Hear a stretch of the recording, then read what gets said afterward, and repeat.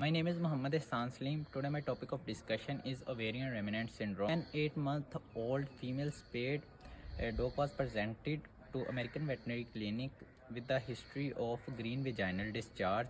The owner also complained that there was frequent urination. Then we performed the vaginal cytology.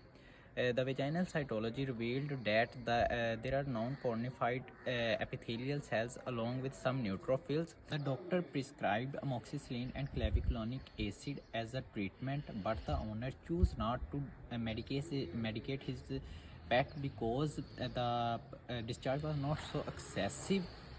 The episode of the discharge treated by its own without any treatment. Again, 6 weeks later, the same case presented with the complaint, but this time the discharge was a little bit bloody.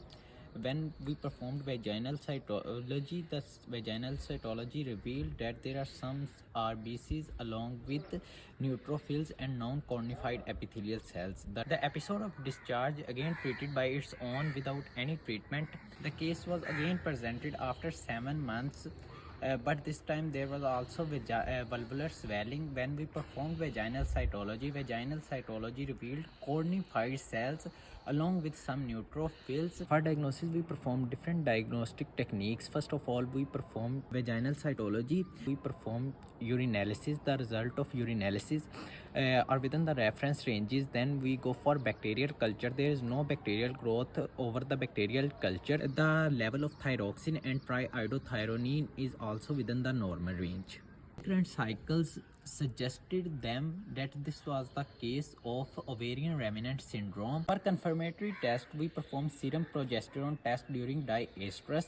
The serum progesterone concentration is about 5.2 nanogram per ml, which confirm us ORS, as the concentration of serum progesterone is 2 nanogram per ml confirms us luteal activity. And they decided to perform exploratory abdominal surgery. On surgery, they found 1 to 2 centimeter ovarian tissue near left ovarian pedicle.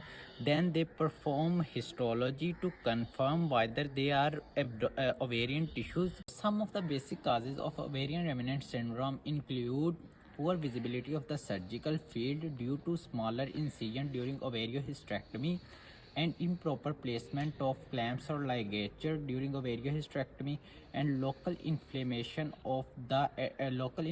and adhesions of the ovaries with the body walls, which lead to ovarian remnant syndrome. Now I would like to discuss the differential diagnosis, as some other causes of vaginal discharge include urinary tract infection, pyometra, vaginal neoplasia, vaginal foreign bodies, normal estral hemorrhage, and vaginitis.